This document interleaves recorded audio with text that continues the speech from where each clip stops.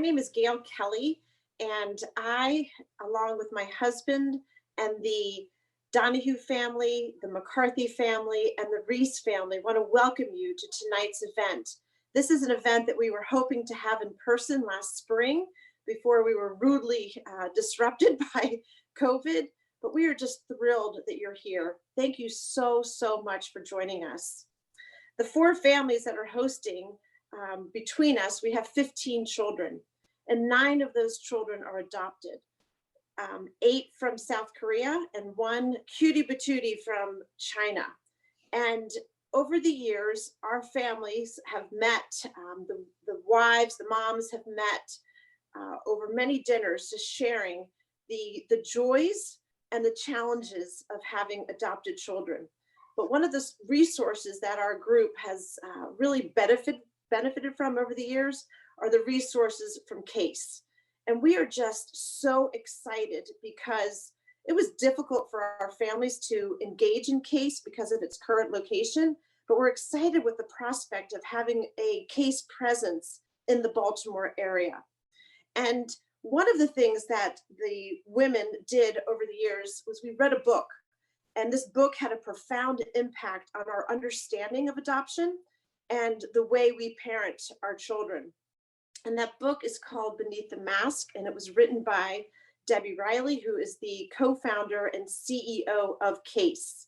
And just so we're clear, C.A.S.E. is an acronym, Center for Adoption Services and Education. You're going to hear the word C.A.S.E. a lot tonight. And our hope tonight is that you will come to the conclusion that Baltimore needs C.A.S.E. and C.A.S.E. needs you. And when our group read this book, Beneath the Mask, we were so challenged and encouraged as parents. And in a unique set of circumstances, my husband connected with Debbie Riley, and then Debbie came to meet with our group. And we were just dreaming of an opportunity to bring C.A.S.E. to Baltimore so that other families could benefit from the services that C.A.S.E. provides, adoptive families as well as families that are in the foster care system. So it's with great pleasure that I introduce you to Debbie Riley, who to our group is like a rock star. She has devoted her life to helping families navigate the joys and challenges of adoption and foster care. So Debbie, take it over, please. Thanks, Gail. Wow, rock star. Don't ask me to sing because I would fail right there, but it's been a really wonderful journey. I want to thank you all for participating tonight and thank our committee for making this happen. I know one day we'll be able to get to the Kellys and have another event. I'd like to just thank our staff that has put so much effort into this, Tamara and Monica and Eileen. And we have our board chair, Heather Quinn on, Tracy Peschke, another board member, Phil Gibbs, who you'll hear from, who's the chair of our Growing Together campaign. And then I also want to call out Fred and Jonna Lazarus, who are on, and maybe you guys could wave your hands so folks can see you, who have been leading this initiative in Baltimore, Julia Nichols, Brian, and Freddie Gross. So thank you to our advisory committee in Baltimore. Thank you to our board members. And most importantly, thanks to these women who they rock, agreeing to support C.A.S.E.'s initiative here in Baltimore. So I want to tell you a little bit about how we got started. As Gail said, I co-founded C.A.S.E. 23 years ago. I had the opportunity to meet a very interesting woman. Her name is Kathleen Dugan, and she and her husband adopted 8 children from foster care, and they have 4 biological children as well. And our work sort of intersected, and we kind of fell in love, and it's kind of a fairy tale actually, because as they began to embrace children from the foster care system, and you'll hear more about that tonight, their children came from very compromised beginnings with a lot of trauma and a lot of separation and loss. Their oldest now is 55 and their youngest is 30. So they were doing this way before a lot of us were even thinking about adoption. And they were faced with a lot of adversity. Their children were really struggling, and they would take them to professionals in the Washington, D.C. area. And most of the time, whether it be a psychiatrist or a social worker or, speech pathologist, they would give them the message that their children are too damaged and that they should return them back into foster care. And so that was something that really hit them pretty hard. They never did that. Instead, they self-taught and they read everything they could do and decided that they were going to build resources for this community where no one ever again was going to tell a parent to return their child, whether in foster care, or I'm sure you've read about some stories even in the international world where families have put children on planes and sent them back places. So it's been about 23 years since we embarked upon this journey. And I'm very honored to have been able to lead this initiative and help Kathleen build this dream. There's another dream that I have is I'm actually Baltimore bred and grown, believe it or not. And I've wanted for a long time to bring what we built here back home to Baltimore, as we say, and have had the opportunity of reconnecting with, I guess, some of my folks in my community. And I'm really excited about the opportunity that tonight brings and the opportunity that has already presented itself to really see about how we can bring these specialized services. So you're going to hear a lot of voices tonight. You're going to hear voices from adoptive parents, from an adopted person, and actually also from our superintendent of schools in Baltimore City, who has a message to share with everyone. And I hope at the end of the evening, you'll see why Gail and the girls really wanted to take this under their wing and bring C.A.S.E in a much more formalized way, besides just reading the book that I wrote, to Baltimore. So I want to thank you for being present and hope that you'll embark upon the journey. You know, Baltimore City is a really interesting, and Baltimore itself an interesting place. There are more children in the foster care system in Baltimore than anywhere in the state. When I was looking at some of the data in August of this summer, there were over 1,800 children that were living in foster care, living in impermanence, living in situations that are not the best for children to grow up in, a little bit better than being in the traumatizing situations that they were in. And we know that about 400 children a year are legally free for adoption. So there are a lot of children that need our support, and we're hoping to be able to actualize that. In 2018, we opened an office up in Towson to start and began a philanthropic journey of trying to raise funds so that we could expand our services into Baltimore City, which is a very deep desire that we have. And we're getting close, and as Gail said, a lot of impact of COVID, and our collaboration with Baltimore City kind of came to a halt because everything came to a halt. And now we're excited to share. We had a goal of raising about $650,000, and we're halfway there, and we're going to be able soon to begin some services, but there's more that we need to do. So with that, I'd like to share a little bit about who C.A.S.E is. If it wasn't COVID, I'd invite you here. So we're going to take a tour of C.A.S.E virtually. So Brooke, would you like to start the video?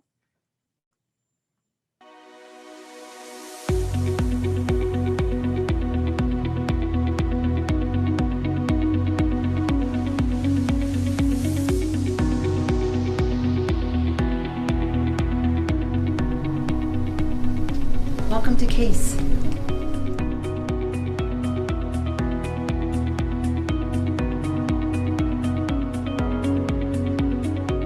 Many of the children that we work with come from lots of early adversity, trauma, abuse, neglect. It is really in here, in our therapeutic rooms, where the work begins.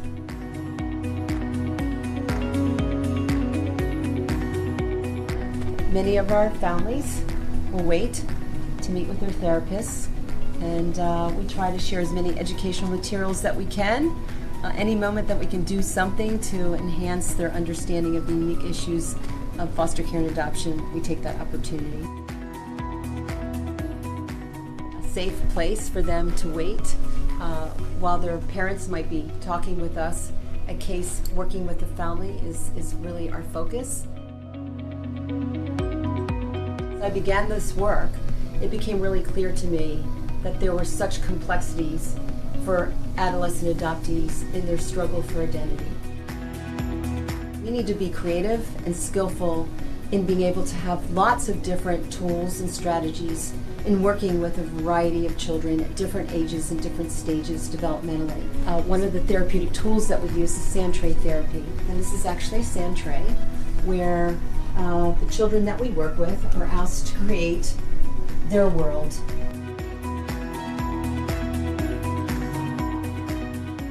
I hope that you will let other foster and adoptive families know that when they think about a safe place, it's C.A.S.E. Thanks. It's really refreshing to see other people that are adopted, talk to them, hear adults speak about their experiences with adoption. I come because I like to be around other people who are adopted. I came to hear about C.A.S.E. because I was looking for a special place that understood the needs of my family, and I'm so happy and thankful to find C.A.S.E. I would like to tell other adoptive parents that they should bring their adopted children. It's a place where everyone is accepted no matter what, even if they have like a disability, like of speech, no matter what race they are, they can feel accepted and they don't have to feel like scared.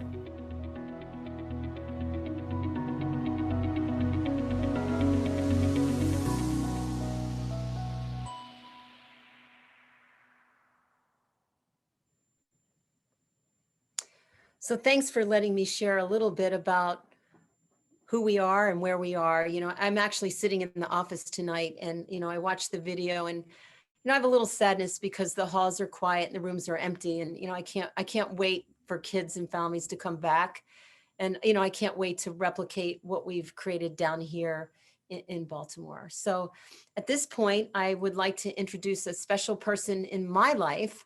You know, I've had this opportunity to, as I said, to create this organization. And along the way, I meet very special people that care deeply about the work and kind of come on the train and come on board with me. And I'd like to introduce Phil Gibbs, who is co-chair of our Growing Together campaign. He's become a friend, a colleague, and a mentor and a real believer in our work. So take it away, Phil. Good evening. Thank you, Debbie. You've got to get out more often if you are inspired by me, by any. I've got Mary with me. We are, fortunately, we get to participate in these things from our house in North Carolina while our kids are distance learning. And everybody's here safe. I did want to just touch base with everybody. You know, most of the adoptive families have certainly experienced the joy of adoption, and then sort of the stress and heartbreak of it hits us at different times. And you know, we have 4 adopted children, 2 from Korea, 2 from the Philippines. There are 2 children from Korea were adopted at 5 months and 11 months. And our 2 boys from the Philippines come at 10 years and 12 years. The one that come at 10 years had been, they both had very difficult early childhoods, but he demonstrated some behavior patterns, and we had come in contact with C.A.S.E. through the Wise Up program with our first adopted child, and we really enjoyed it. But I am an eternal optimist, and I thought everything would be easy. And then Josh comes, and Josh is was challenging, but and we went to a family therapist in Annapolis, and you know, we were going down a rabbit hole, and then we started seeing C.A.S.E.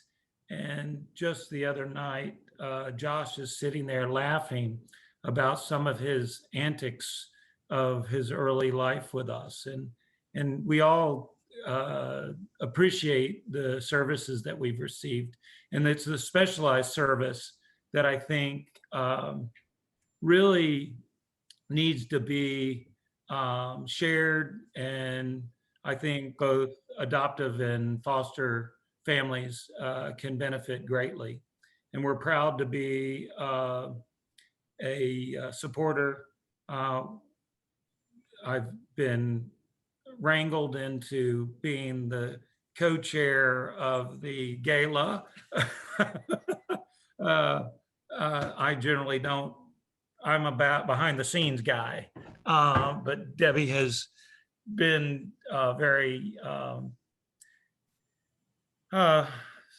supportive in my getting more involved. And, you know, our job is to expose the organization to the community and try to drive more support.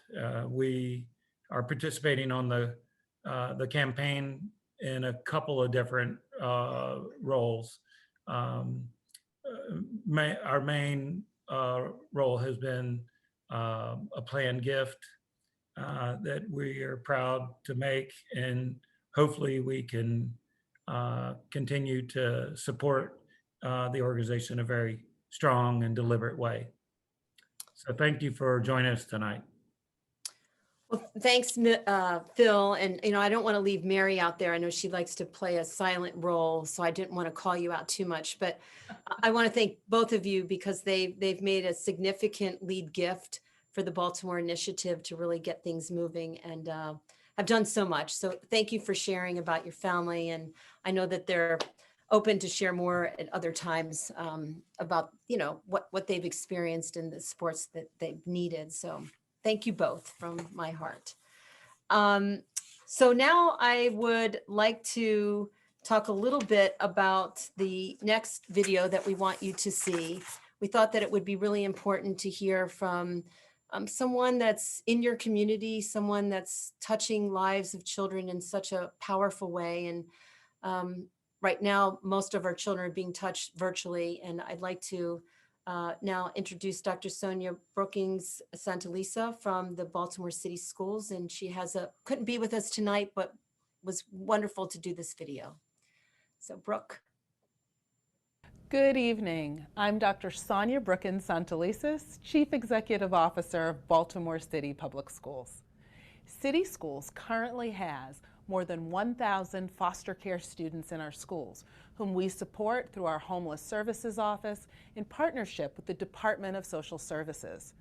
Because we know that students in foster care often have a background of trauma, the district provides mental health services, including individual and family counseling, to support student academic growth and address the challenges of being placed in a different home. Our school social workers incorporate our foster care students into all of our services, depending on their educational and social needs, including special education services if the need is indicated. Like everything else, supporting our students in foster care during the COVID pandemic is challenging but necessary. The district provides these students with laptops and broadband hotspots to ensure their participation in virtual learning, and we have been able to provide them with mental health services as well. While we work together with multiple state and city agencies to provide academic and social emotional support for our foster care students, we can always benefit from additional support from partners like C.A.S.E. Our mental health staff is excited to explore opportunities with C.A.S.E. for training and additional collaboration in meeting the needs of our vulnerable students. We look forward to exploring these possibilities as we both work to improve outcomes for students and promote family well-being.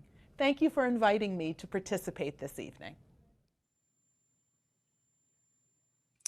So I don't know about you, but I knew the numbers, but when, she and I had a conversation last Friday to talk about tonight's event, and just hearing that they're interfacing with over 1,000 young people who are in the Baltimore City foster care system. And, I think she's really speaking to us about the challenges that the teachers face, and even more so now with the virtual learning. And I'm very excited in her receptivity to be able to have future conversations as to how we can partner in the schools. And I think they're very excited that, C.A.S.E is coming soon into the city. So I want to thank her for giving us those insights tonight.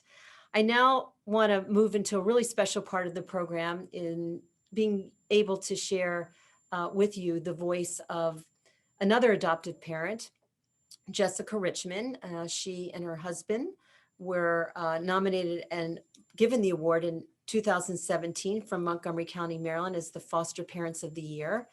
And their lovely, engaging, articulate daughter, I'm really setting you up, Cheyenne, for this talk, who's going to share her story and also share a little bit about her story through a gift that you all got in your bags that were delivered beneath the mask, the workbook, and she's one of the authors. So I'm going to turn it over now to Jessica. Thank you so much. So I'm Jessica Richmond, and I have been a foster mom for over 13 years now. So telling you a little bit about, my background and story, I started this journey probably about 14 years ago, saying, give me the kids that aren't adoptable because we're just going to foster, and then ended up adopting 5 children and having one that aged out. So we've also done foster, respite, emergency care for about, probably close to a dozen others over the last 13 years. And the current ages of my children, so the younger ones are 6, 7, and 8 years old. And then there's Cheyenne, who you'll hear from next, and her twin brother. And then the one that aged out of the system before we adopted, she is now 23. So I live in Montgomery County, and I do work full-time in addition to fostering. I currently work at Google. So I've seen firsthand over the last 13 years the needs for foster and adopted children in those families. And I've also had the privilege of serving on the board at C.A.S.E. So getting to see a lot of the work that we've done, and then also really looking at for what the need is out there and what we need to do moving forward. So when we look at those underserved populations and youth, I have benefited greatly, and I'll share some of these stories today with you from having C.A.S.E. as a resource over the last, over a decade. And, with Baltimore being the biggest care provider in the state, we also have to look at not just the kids in foster care, the kids that have aged out, what that impact is. And that's something that's just near and dear to my heart, that 3% of these kids might go to college, and that have that chance. So it's a really important and huge challenge that we're taking on. So to share a little bit about, my experience, in addition to the, information I shared about the kids, we've had placements ranging from a newborn all the way to 17 years old. And our first foster placement was actually Andrew and Cheyenne, and that was January 24th of 2008. We just celebrated our 13th, what we call famiversary. And they were supposed to stay 2 weeks, and we ended up having them forever. So, we lived week by week in that first year, especially, and there were a lot of challenges, behavioral challenges, emotional challenges. How do you deal with the birth family? How do we incorporate these other siblings? How do we incorporate, the parts of the family that were challenging, or what about the ones that were actually quite lovely and have stayed with us over the years? So C.A.S.E. was really critical in that time. So attending the conferences, getting the kids involved and supporting them was a really big part of it. Looking back, I was thinking the other day, 14 years ago, when, we first signed up for this, I set all these guidelines on what I thought I could do. And I said, I don't think I could do babies. I can't do any child with significant special needs. I couldn't do any child with physical needs. I don't really know how to deal with mental health issues. So I had these very strict parameters. And 13 years later, it's ironic that I can say I've accidentally signed up for every single one of those things. Just kind of leapt in there, and I have now raised a baby addicted to heroin, PCP, and Suboxone, and gone through 13 months of what withdrawal looks like for a baby. Had a toddler with special needs and pre-verbal trauma, and the support that he needed to start to hit milestones and be able to go to school has been significant. I have hospitalized 2 separate children for suicide prevention, and dealt with a ton of trauma that these children have experienced. And then less than 2 years ago, my oldest son and Cheyenne's twin brother, in addition to all the other challenges these kids had, was one of approximately 250 kids a year that get one of the most aggressive form of cancer.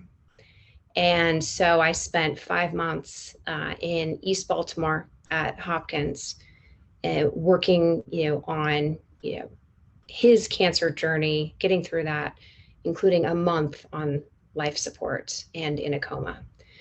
And the consistent theme that I can share is, no matter where these kids come from or what they've been through or what challenges they're facing, I remember standing in the halls in Johns Hopkins, and part of that cancer treatment plan was addressing the mental health needs associated with my son having been adopted, and what his trauma was and how he would process this treatment plan.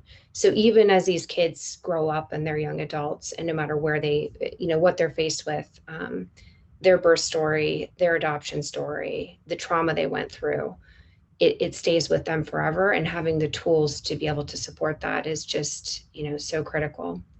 So, I'm really grateful that I accidentally signed up for something I thought I couldn't do. And I'm also just incredibly grateful to have C.A.S.E as a resource, and to know that these resources are out there. So as we look to all those children, and these are really our most vulnerable children that are in our communities, especially in Baltimore, and we think about the rising mental health needs and pandemic, the opioid crisis, what these kids are going to face as they get older, and what those families are going to need, I really believe that C.A.S.E can make a difference. And I'm excited to be here today, and I'll turn it over to my amazing daughter next, but I look forward to answering any questions that you guys have in this session. Thanks, Jessica. Okay, amazing daughter. Hi, everyone. I'm Cheyenne Richmond. I'm just going to start by giving a brief description of my history and what happened before I was adopted and put into foster care. So I was born in Minnehaha, South Dakota. I have two older siblings that are biological and a biological twin brother. We moved to DC my early childhood. My biological parents struggled with drug addiction. We were often homeless, living in my biological dad's van or his construction sites that he was working on for work. After that, we would bounce back and forth, with my aunts. And then finally, one day, we were able to go to my first foster home, which is my mom, Jessica, and my dad, Tim. And ever since then, we've stayed there forever, and it's been a home forever. But I just wanted to read you guys a passage from the book, Beneath the Mask.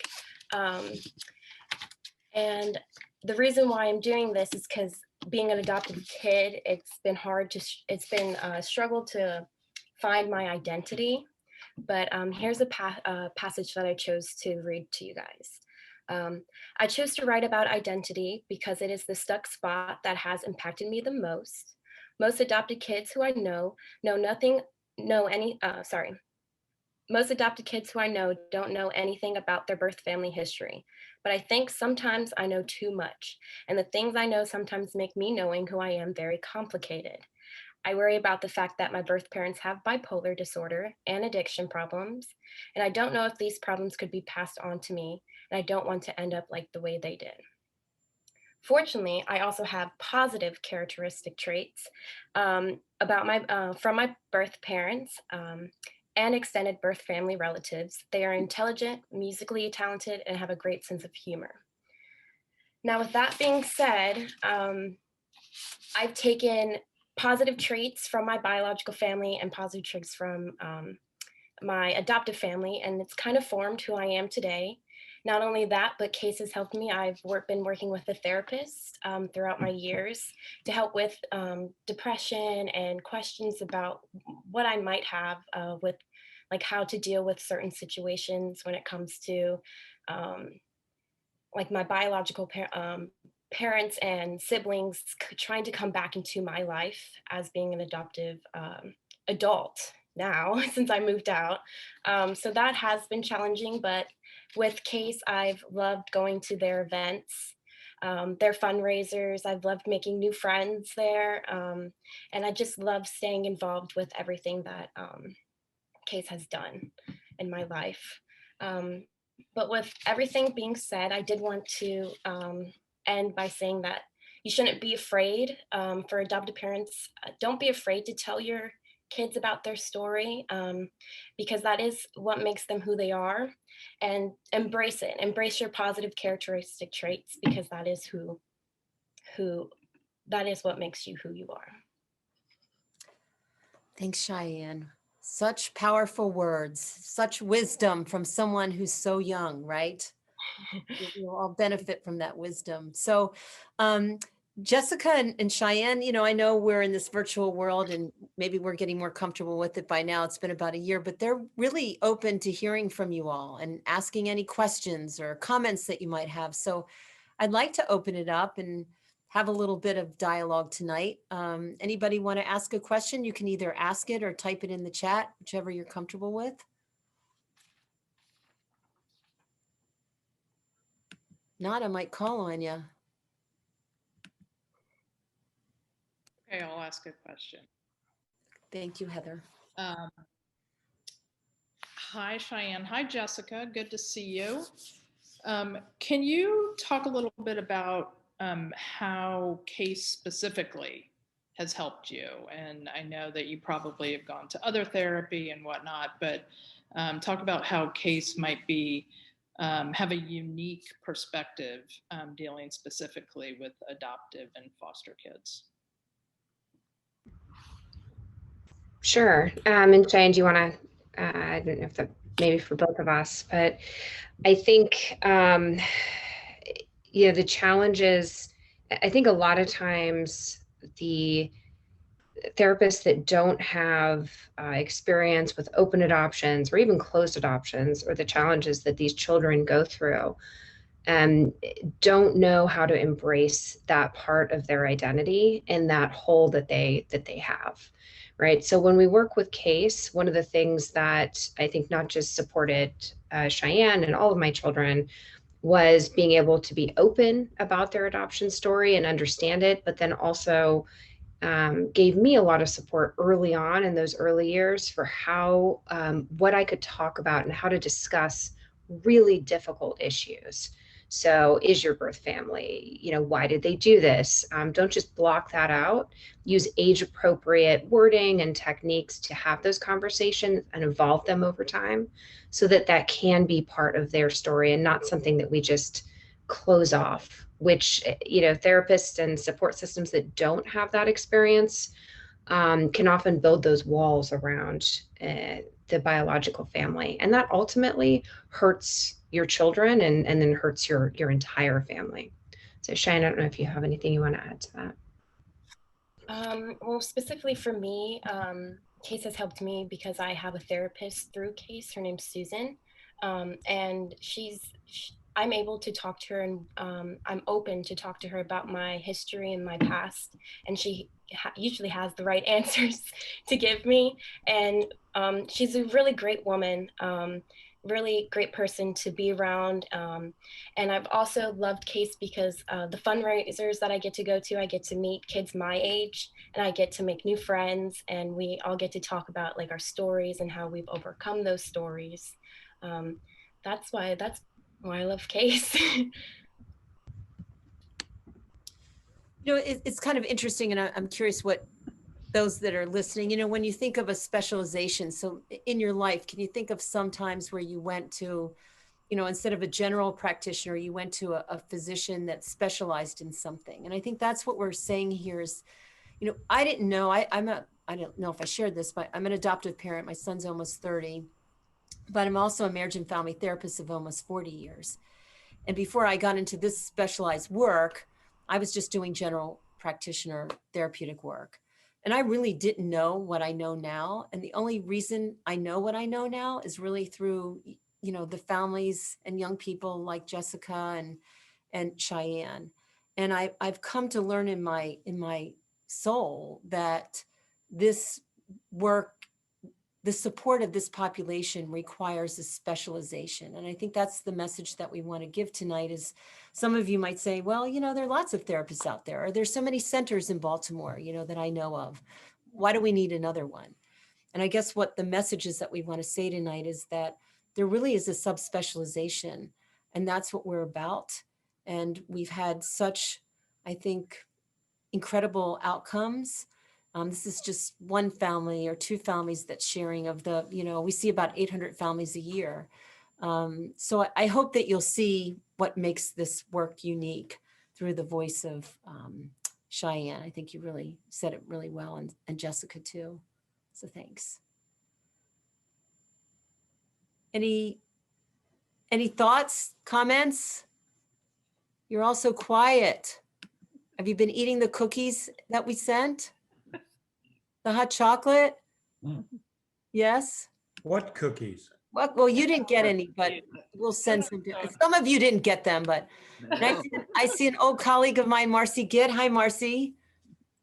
It's good to see you. I'm just curious, what's tonight been like for you? Jonna, do you want to say something, or Fred? Well, I wish we were together because I would love to be spending more time with at least the two individuals that I just met for the first time.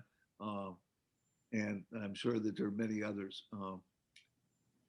I mean, many of you are on this call are new to C.A.S.E, and John and I have had the pleasure of working with Debbie now for a couple of years now.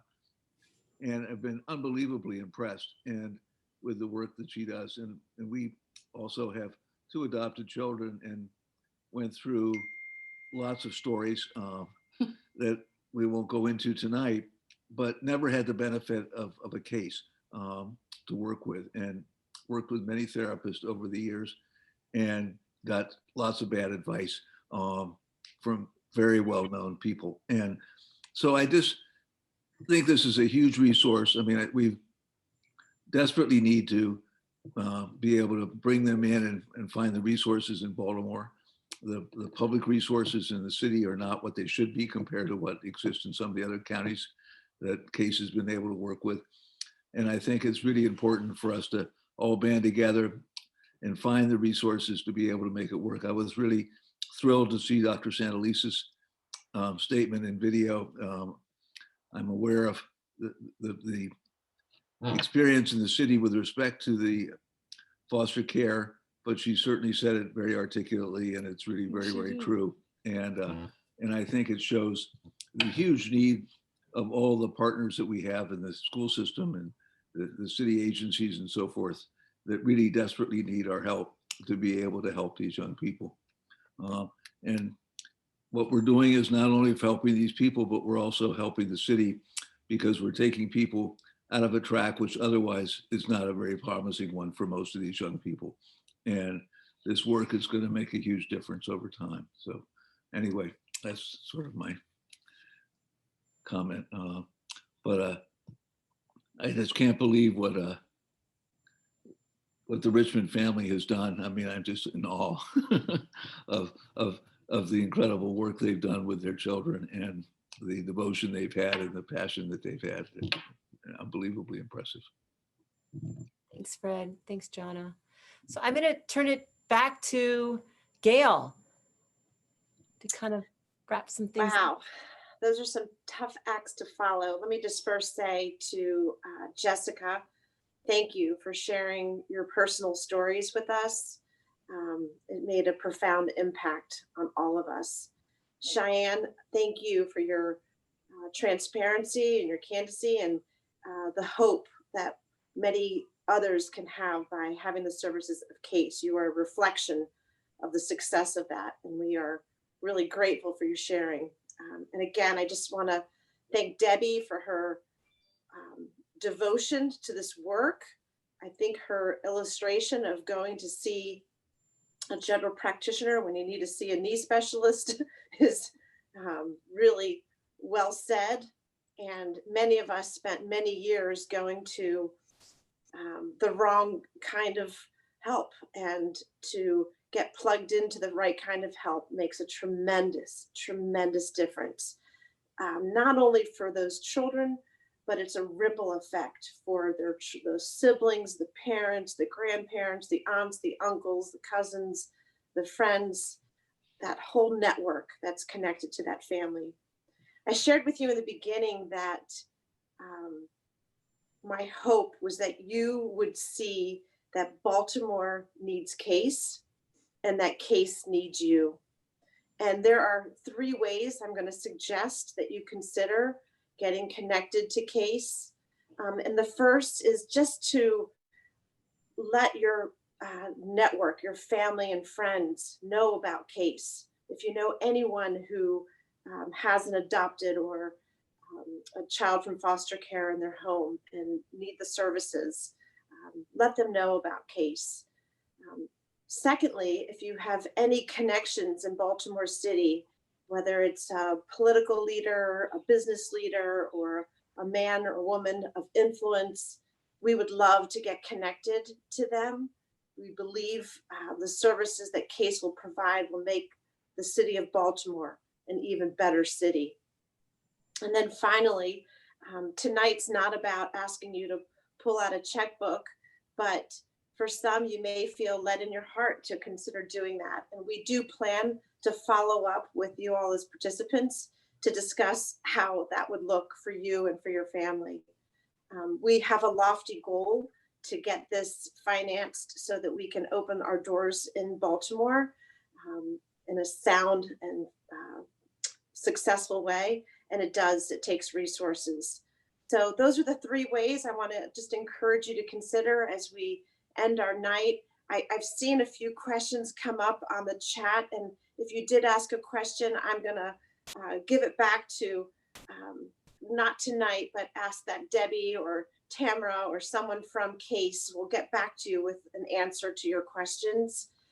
But again, on behalf of the Kelly family, the Donahue family, the McCarthy family, and the Reese family, we want to thank you for taking time out. I mean, time is such a hot commodity, and the fact that you joined another Zoom means a tremendous amount to us.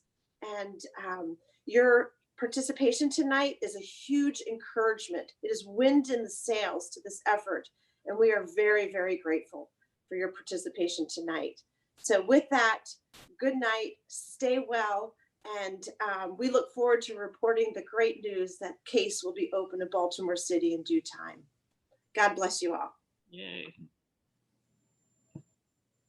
Good night. Thank you all. I will answer your questions. I took a screenshot, so I'm going to get back to those that asked a question. Thank you. Great job.